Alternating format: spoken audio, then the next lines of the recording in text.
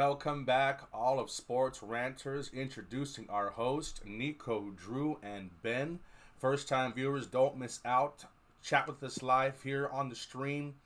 And don't forget to subscribe to our YouTube channel at the Sports Ranter. Okay, we got a solid week.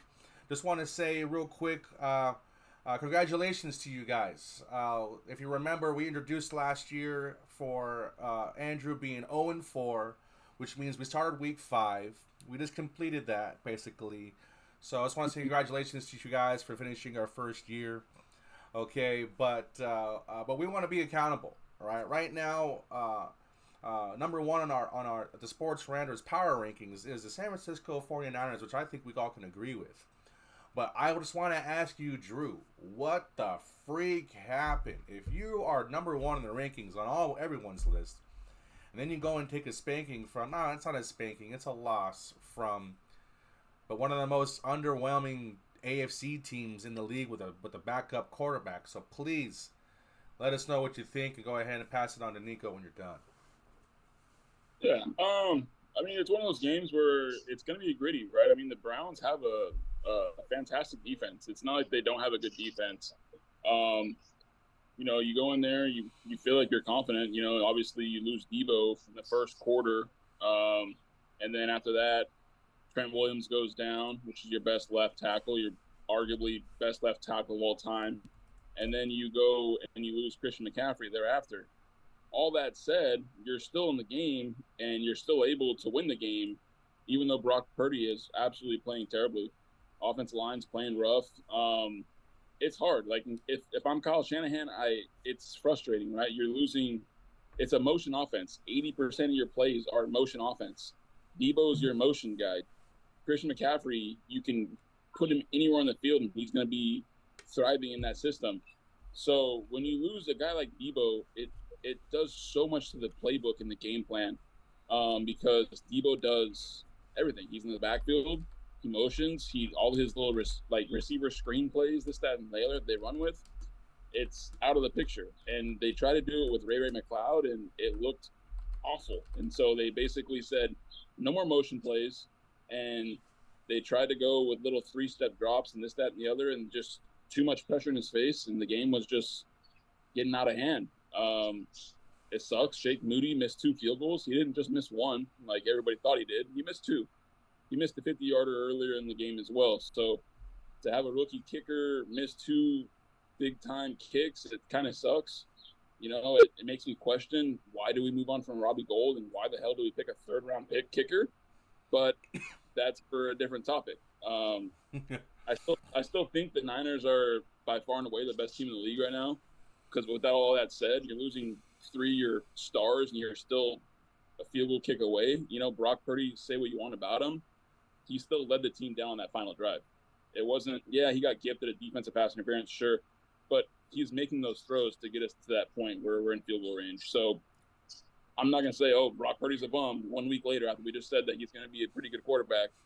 But it does suck. It does suck to have a game like that and him underperform the way he did. Dude, it was like on cue, and I love that we did the show because I literally said, watch. Everybody's just waiting for Brock Purdy to have the one bad game, and they'll be like, see? Told you. See? I told you. And Jake's like, no. Well, I want to see him with 140 on the clock, yada, yada, yada. And that's exactly what happened, and Brock Purdy did exactly what he needed to do. I don't care about the PI. I saw Tom Brady for 6 years benefit on penalties, and he got carried by the defense, and all I heard was Tom Brady was the best. I don't know how many games I saw, and this is why I think Brock is going to be good. Again, is he Tom Brady? No. But why I think he's going to be good, you are having a horrendous game, okay? It is wet.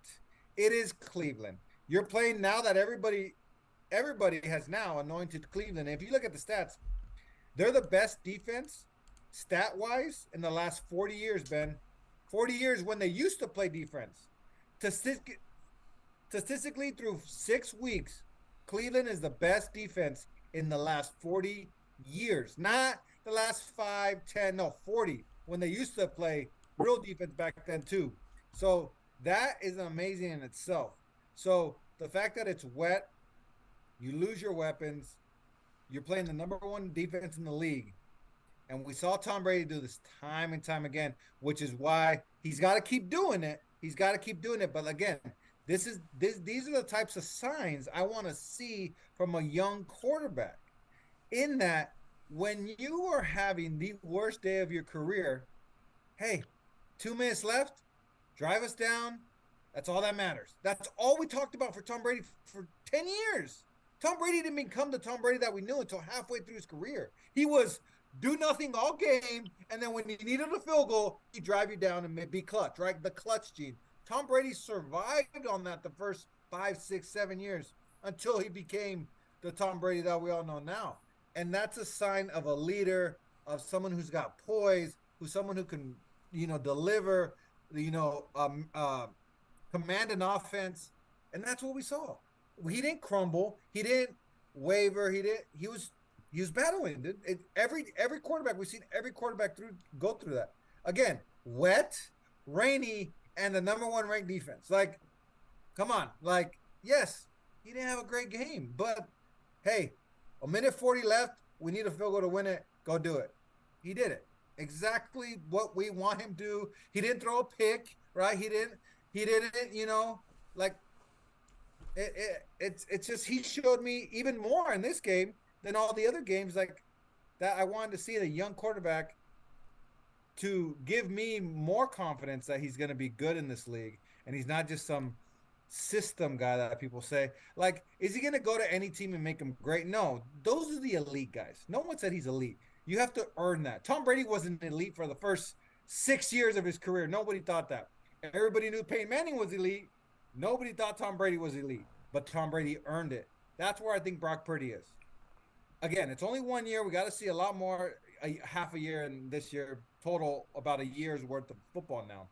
But he's shown me enough in a year to say, okay, you got the makings to be great.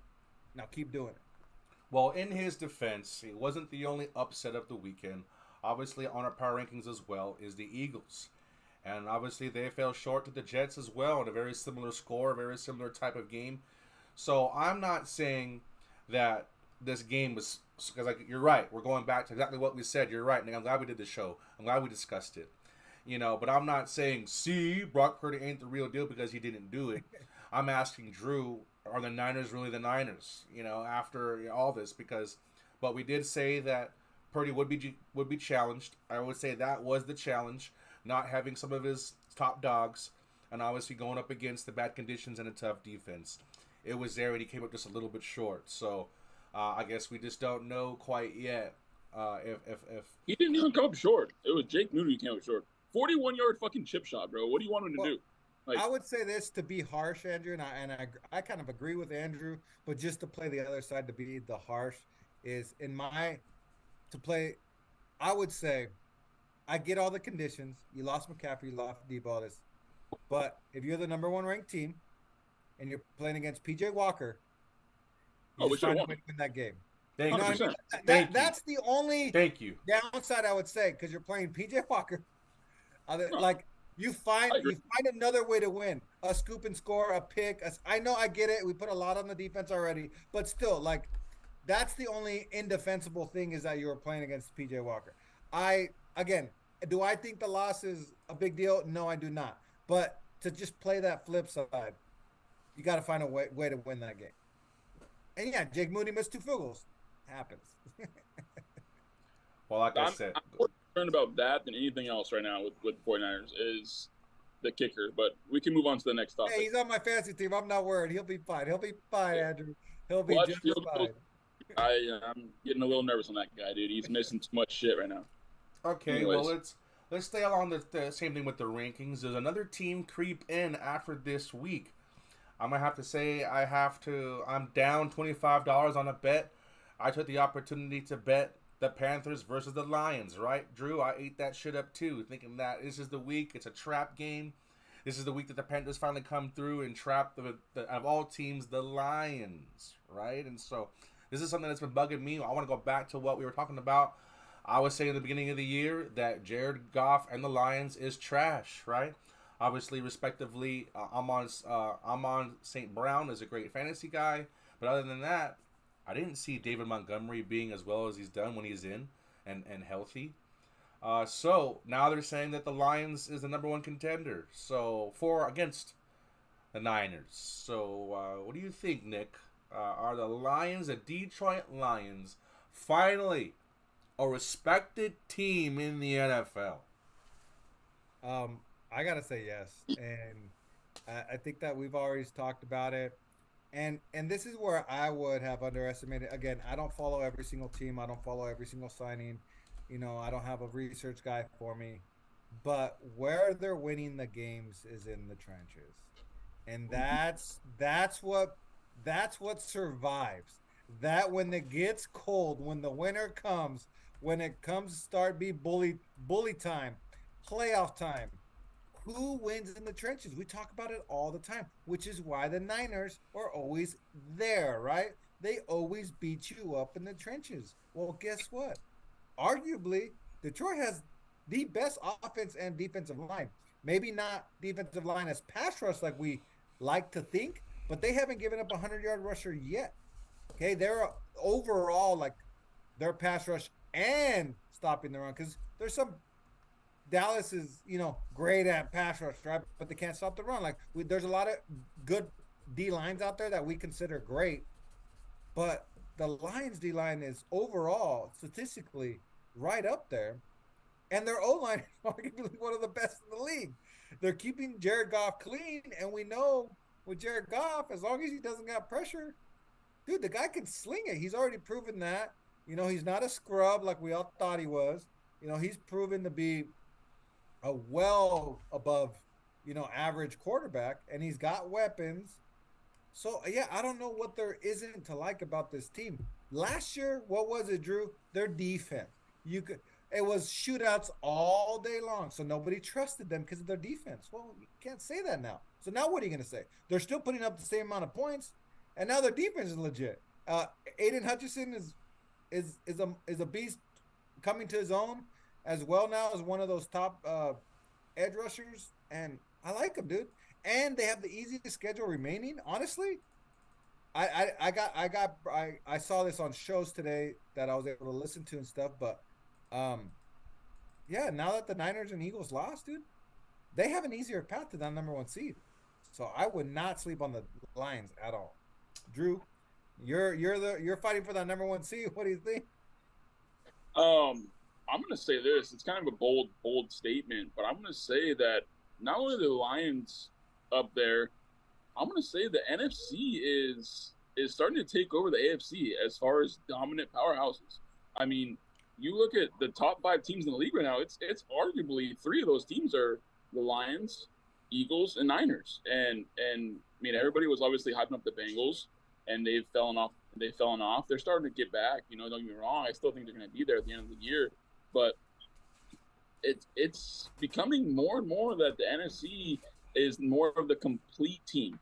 They're the complete teams, where it's like the AFC, yeah, they have the show, they have the quarterback, they have this, they have that, but the NFC has the complete defenses, and they have quarterbacks that are capable to get the job done. You don't need to have a superstar quarterback to win a Super Bowl. You just don't. You need to have a solid, full-on roster of talent, and I think that's what the Niners, Lions, and Eagles all have, is they have solid talent throughout their whole roster. There's not many blemishes on those rosters at all. And so we'll see. I've always been a huge fan of Dan Campbell and the way that he's done things and the way that he's really came into this league and talking about his first press conference, biting kneecaps off. You know what I mean? Like, the dude, who doesn't want to play for this man? Like, name me a player in the league that doesn't want to have that kind of person as a coach. You know what I mean? I don't know. I'm a huge fan of the Lions right now. I think they're doing really well. Aiden Hutchinson's been fantastic. And the other offensive lineman they got from Oregon, I can't remember his name to save my life right now, but those 2 guys have literally made their trenches and been the bell cows of those trenches. And shout out to them because they done their homework and they did the research and they took their top pick on them, but they panned out. So many times first round talent doesn't pan out, but those guys have been, you can basically build your club around it, and that's exactly what they're doing right now. They had everybody shook their head like, what the hell are they doing taking Jahmyr Gibbs? They had the luxury of taking Jahmyr Gibbs at that position. I know it sounds crazy with them having what They still should have, but whatever. No, I get it. I still don't like that pick. Maybe they shouldn't have, but it's like, but they're proving that they have that luxury. They didn't have any holes to fill. That's what I'm saying. Like their roster is pretty much complete, So and to be honest, let's be real. Like Ben, I think you just said it. Like they got David Montgomery, but I don't even think they knew he was this good. Right. I don't think they knew that good. Because if they did, they would have drafted Ja'Marr Gibbs. Mm-hmm. Right? Sure. Like that's just. I mean, none of us. We knew he was a good back. He was decent. Like he showed splash, dude.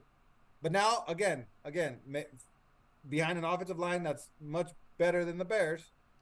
Absolutely. He's a monster. Yeah, he's flourished a lot. Too bad he got hurt, but.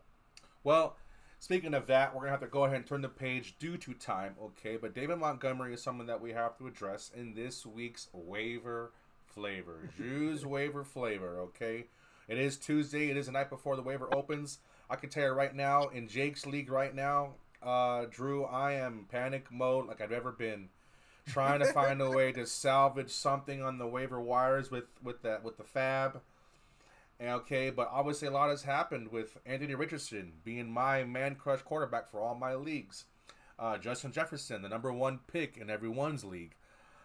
Still issues with running backs and tight ends with everybody doing nothing. So please let our viewers know what they can do this week in this week 6. This week is absolutely nuts, dude. I think you got 6 teams on bye weeks. I know personally in a few of my leagues, I have 2 running backs on byes. Like, it's a terrible week. It's nasty. Thankfully, there's a little bit of hope on the waiver this week. But I'm going to start off with quarterbacks, and I'll just kind of go down the list here. This is off the top of my head. I don't have anything on the cheat sheet today, but you guys can always hop in if I miss something, all right? But for me, I think Sam Howell is maybe the top pick right now at quarterback. I mean, he's got the rushing upside. It sucks, dude. I mean, like Ben says, Anthony Richardson's probably going to be done for the year. Justin Fields, he's out more than likely. And then Trevor Lawrence is playing on Thursday, and there's no guarantee that Trevor Lawrence is going to play. Yes, let me chime in real quick before you continue. Yep. Okay, when you're spending a good percentage of your fab for Sam fucking Howell, that should give you a perspective how good your fantasy football team is this year. Go ahead. Yeah, Sam Howell.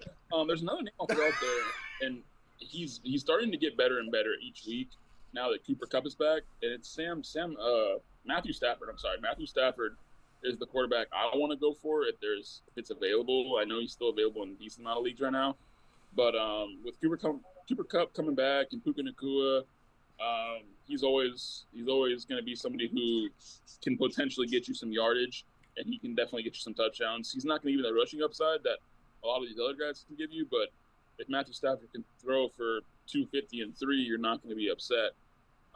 Going to the running back position, who I really like, is depending on the health, and it sucks, it's a Monday Night Football game, but if Christian McCaffrey misses time and you're able to pick up either Elijah Mitchell or Jordan Mason, I personally, as a Niner fan, much rather have Jordan Mason. I know that might be a little bit of a surprise for some people, but Jordan Mason is a guy who can bust big plays.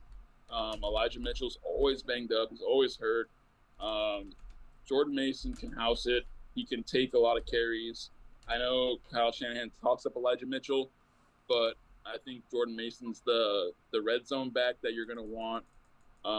So I'm going in with a decent amount of fab because you don't know if McCaffrey's going to play or not, but you can put maybe 10 to 50% in fab on a Jordan Mason.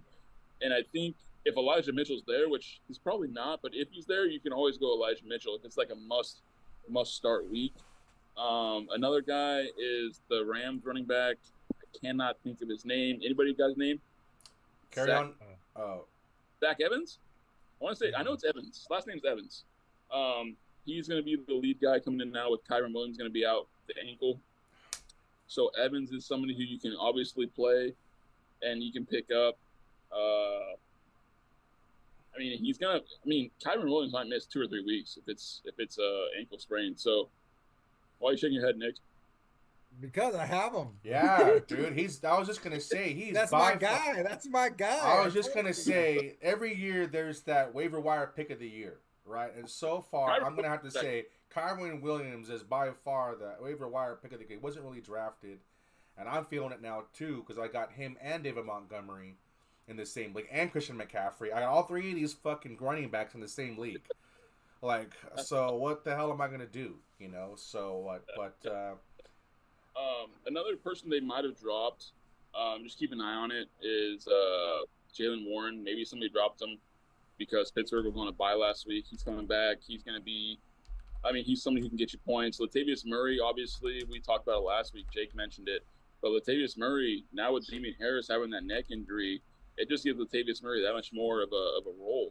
So he's somebody who you can look at. He's touchdown dependent, but if he falls in the end zone, gets a couple catches, you're looking pretty good. Receiver wise, it's not a lot. There's not a lot there as far as receivers go. Somebody I like is Wan'Dale Robinson. Wan'Dale Robinson's been getting, 5 or 6 catches a game. It's full PPR. I love it. Trying to think if there's anybody else that's out there that I can maybe recommend. I mean, Tyler Boyd's been having a back-to-back couple good weeks. If he's still out there, I know tight end landscape's always kind of trash, but Luke Musgrave is coming back from a bye week, and he's been pretty decent.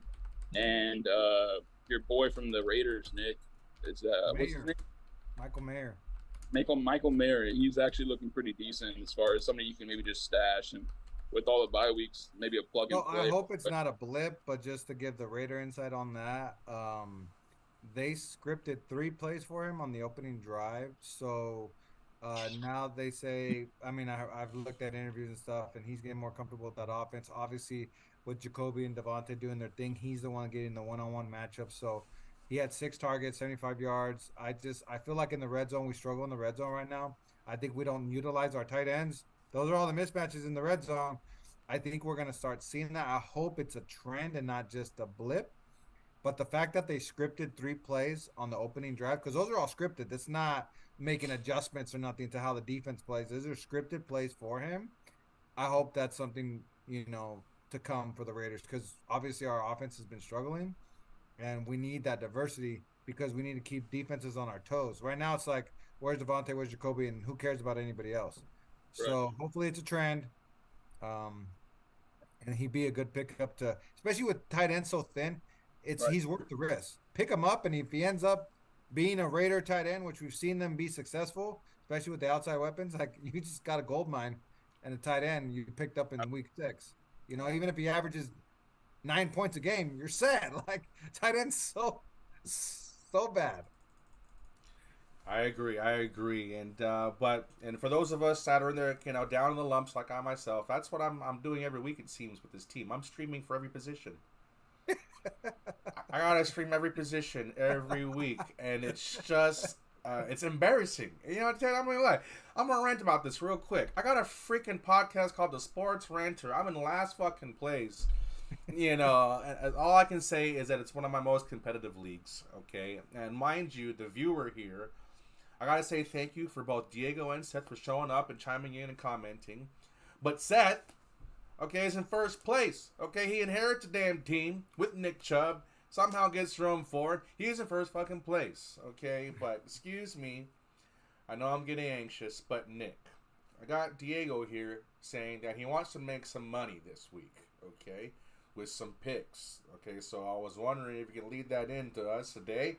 We can go. Maybe we can give him a little more. But obviously feature the pick by Nick. But Diego wants to make some money. I want to see him blame you next week. So right. So again, I got hit up by. I might have to change this eventually, but there's a text messages. I won't call him out. Art who said, "Oh, it's easy just to pick one pick, right?" And it is, but it isn't, because if you think about it, right? Yeah. Professional guys who pick, right? All they're trying to get is like 55%, and they're good, right? So if I give you one pick that hits 70% of the time, hey, put your money on it. You're gonna win 70% of the time. Why do you need 7 picks for? What? Go make money on 1 pick a week. Like I get Good people want parlays, bro. more. That parlay life. People want more and more. Exactly. That's what I'm saying. I'm giving you guaranteed money, not not go hit a big baller parlay 5-teamer. Like that doesn't make any sense. That's a house bet. I want you to beat the house. I want you to beat the house. How you beat the house? Thank you. You play basic strategy in blackjack, right? You don't sit there and go all in on a hunch.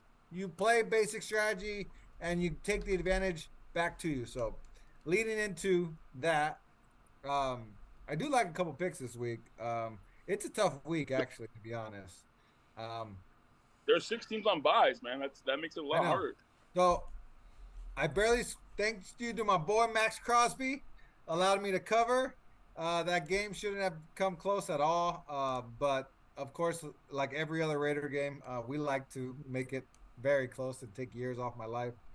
Um, so as you guys can see, I'm 65% or 67% right now, 4-2. This week, well, let me share. Hold on, I can't see now. There it is.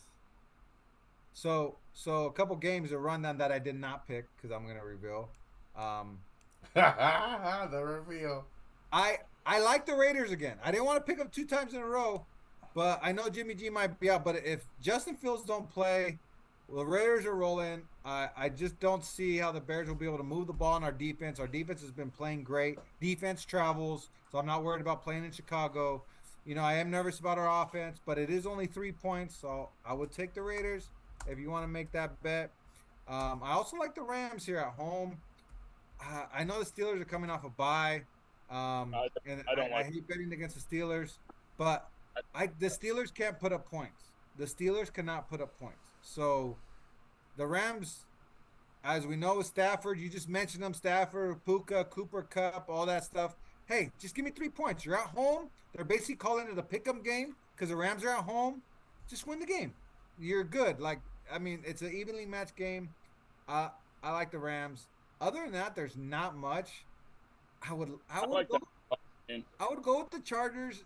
They tend to play up and down to their competition. They always play the Chiefs tough. They always seem like they should win the game against the Chiefs. The Chiefs haven't been putting up a lot of points, so 5.5 against the Chargers is a lot. Maybe you wait. Maybe you get it at 6.5 later in the week. If people start betting the Chiefs, not sure.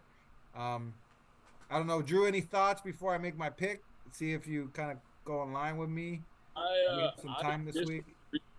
I disagree with your Steelers take. I Ooh. like the Rams. Ooh.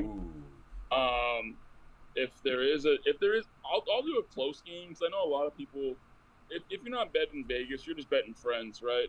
And Diego, who chimed in on our chat, was telling him he's literally been making money hand over fist off of my personal picks. And I told him this week, I'm gonna start charging this fucking guy commission because he's just making money. But a close game that I really like. I think the Lions will take the Ravens. It's a tough one because you don't know what team's gonna show It's up. on the road. So here's the thing: we just hyped up the Lions a lot, And last year, you're right, Nick. It came down to their defense, but it also came down to their road play and how they play on the road. If they beat the Ravens here on the road, I'm pretty much sold. I think they're legitimate. Like I already think they're there, but I think they're legitimate playoff contenders if they can go into Baltimore and beat them. For Well, me, it's like one of those games where I'm like, I want to see it and I want to believe it. And well, I think that's what I'm saying. I'm not gonna advise people because I want to see it, and I like. Here's my thing, and any good defense, the problem with this bet is Lamar is playing great, and Lamar's the wild card. So even with great defenses, Andrew, what have you said for years about the Niners defense? You can't defend what? what do you mean? Running quarterback. Oh yeah, absolutely Haven't not. you said that Yeah. forever? Okay, that's what scares me about this game. Is yes, I think in general Detroit's better overall than the Ravens. But dude, Lamar's such a wild card. You don't know how his running ability is going to affect this game, and that's why I stayed away from it. I'm not saying the Ravens are going to win. I'm just saying to put money on it, I'm staying away from it. That's why Lamar scares me, and Lamar's playing good this year. So I'm like, nah, I'll just stay away from it because running quarterback just can give good defenses fits. Just so the people are wondering if why is Ben not putting any picks in. It's because I'm the emotional guy, underdog guy. I always bet on the person who sucks and who I want to win, and that's why I never win. Ben So wants to put money on the Cardinals plus yes, 7.5. exactly. That's how Sounds I want to good. do it. That's exactly how I do it. So that's why I don't share. Okay. So going back to my pick, I didn't mention it. Drew didn't mention it. I'm gonna ride the hot train. I'm going Cleveland -2 over the Colts. We just saw Brock Purdy and his weapons go down and can't move that. We just talked about number one defense, all that stuff with the Browns. So how am I not gonna like them against Gardner Minshew, who just threw 3 picks? Okay. Throw two more. Yeah, I just 2 points is not enough for me. I mean, they're basically calling the Browns a 5 point favorite here, being on the road. I would go more towards 7. I get their quarterback. It would be 7 if they didn't have PJ Walker. So that's where I'm like, okay, we know head over heels the Browns is a better team, better defense. Colts aren't going to be able to score. Hey, go win by a field goal, just like against the Niners. Go squeak out another win. All I need is a field goal here. I love the Browns by a field goal against Colts. Excellent. Well, Yeah, thank you especially very. if Watson comes back. If Watson comes back, I And think Watson might come back. That's another thing. Watson might come. So if you get him now on -2 before Watson plays, you're sitting pretty. This is the only time where betting on Tuesday might benefit you. Well, Jesus has also chimed in and says he called it. That Browns Colts games look good. And so, Diego, just so you know, that is money in the bank right there with the pick by Nick. As you can see, his percentages are up. Okay, so thank you, Nick, for that. You know, and then also, If I have, I'll tell the viewers this. If I have a good, successful season, over 60%, something like that, um, through for all 18 weeks, then maybe we'll start throwing a couple picks in there. I want to start yeah, off small, we'll conservative. start a subscription. Subscription $5 Yeah, fee. exactly. I just wanted to do the kind of like the lock of the week, see how good I am with the lock of the week type of thing. So the pick by Nick is kind of the lock, and see if I can transfer that into more picks later on. But I like just doing the lock. We're good with that. I love it. I love it. I love it. I love your guys' energy. I love the guys that are chiming in and talking their smack.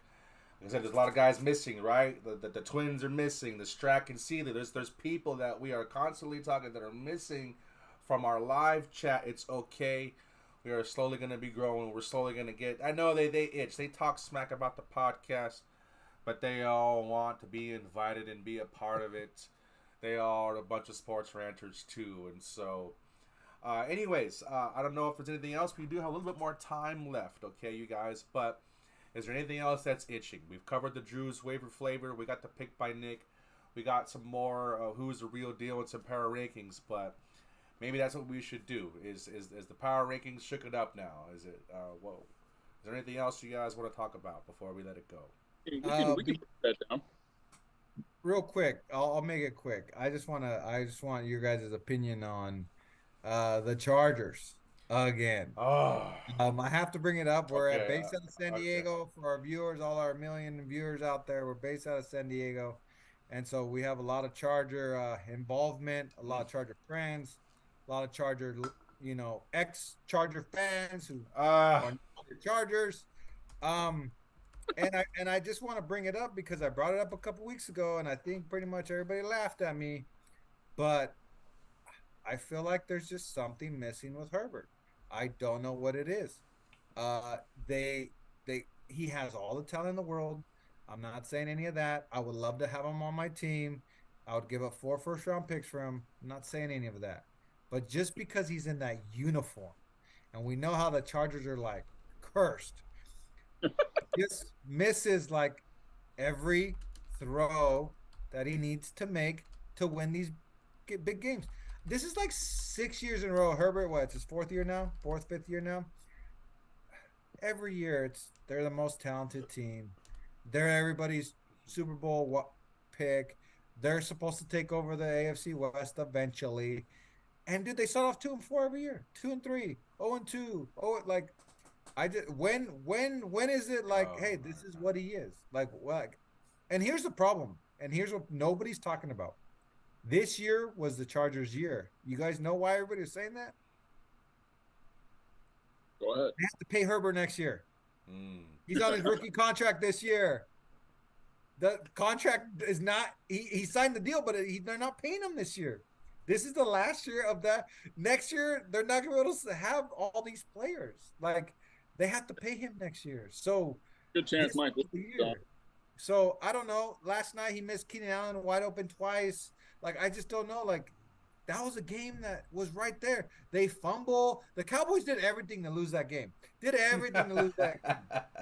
And it's still it didn't happen. So and we've seen it. It's not just one time. I'm not picking on one game. It's just we've seen it. They were up 31 against the Jags. Why did he let that go? Like, why does Justin Herbert get a pass? Like, every other quarterback, we'd be killing him, and we keep giving him excuses and excuses. Again, I would love to have him, but at some point we have to analyze what he's done.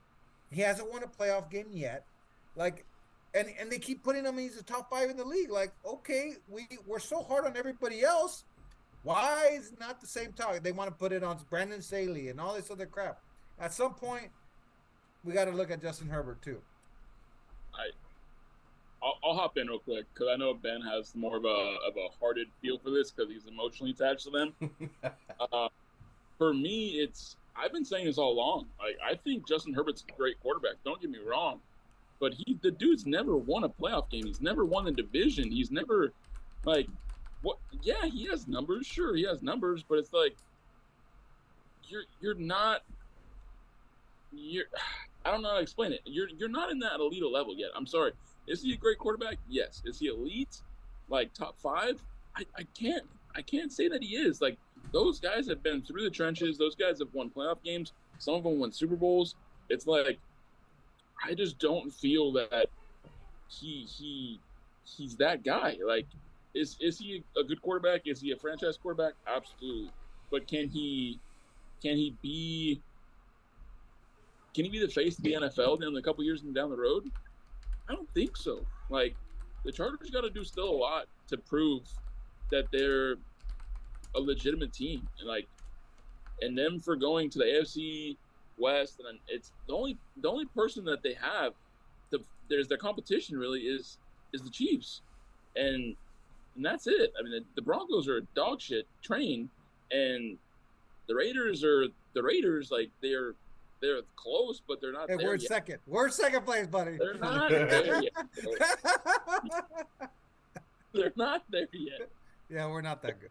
They could get there maybe in the next year or two, but it's just not right now. Like, it's just one of those things where I just don't feel like, yeah, I get it. Brandon Staley sucks. Okay, cool. But then they bring in Kellen Moore, and it's still the same shit. Like, they're still underperforming.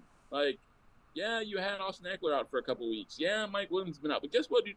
Great teams have injuries. Sorry, I'm a Niners fan. I know. Every freaking year we have major injuries, and yet we still make it to the NFC Championship. Like, there's only so much of excuses that you can give somebody over and over and over again before it's like it's just too much excuses. You know, I mean, people will ring him up like they kill on Dak Prescott, but yet he has, like, Herbert has some of these bad games. Nobody hears nothing about it. Like, I get it, the Cowboys, the mainstream media, but it's like, let's talk about the situation, bro. Like, you're not clutch. You haven't had a clutch gene since you've been in the league, really. Like, he doesn't win the big games. And I don't know. Maybe it will change. Maybe they'll get a new head coach. Maybe this, that, and the other. But it's a lot of maybes. And it's been a lot of maybes for the last 5 years plus. Look, I'm going to go ahead and we'll see. It's young in the season. We'll see. But Kellen Moore had a number 1 offense 2 years with Dak. 2 years out of the number 1 offense in the league. So, again, it was all Brandon Staley, all this stuff. So I agree with it's like, okay, now you got Kellen Moore.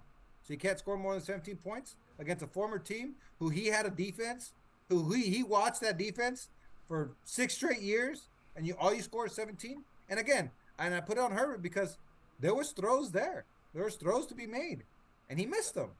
You know, I'm sorry, Andrew's right. Like, elite quarterbacks don't miss those throws. They just don't.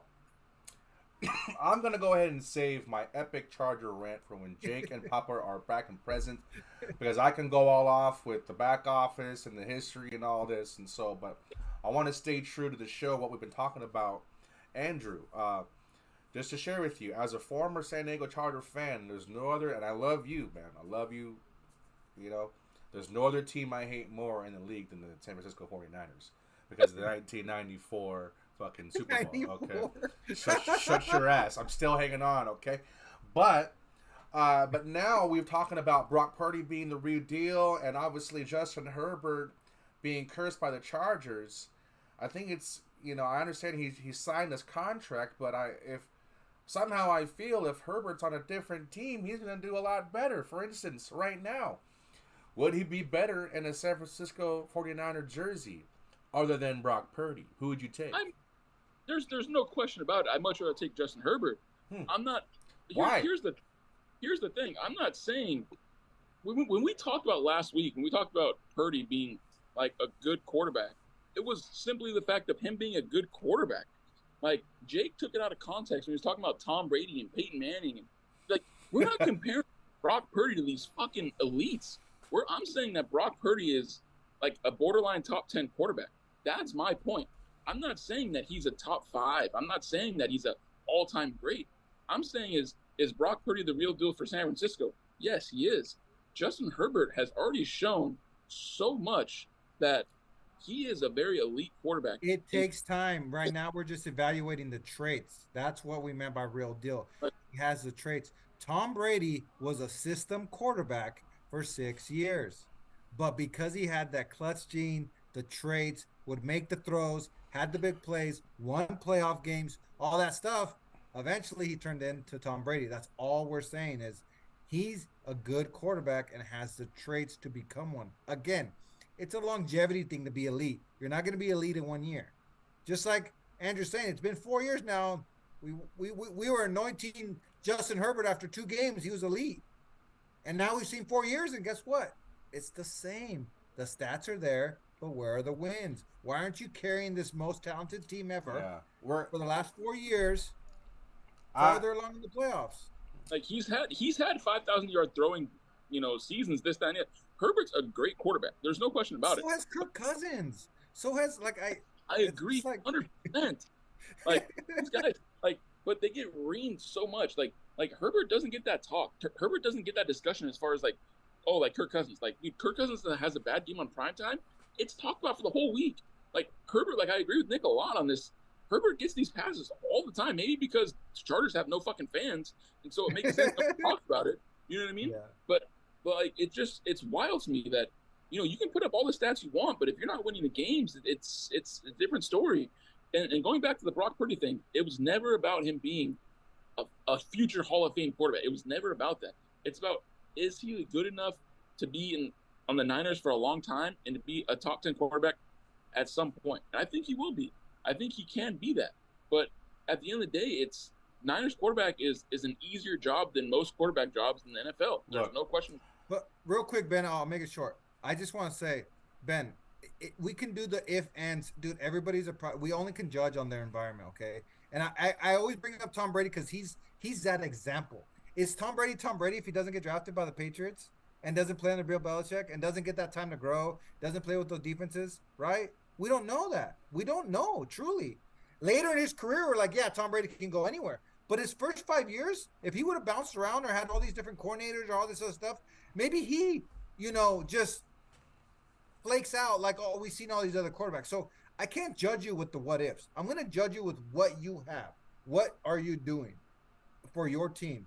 We can't play because honestly, some guys understand systems. Maybe, and I'm not saying this, maybe Justin Herbert goes over there and he doesn't like the short throws. He doesn't like Kyle Shanahan. Maybe he doesn't flourish. Like, we don't know.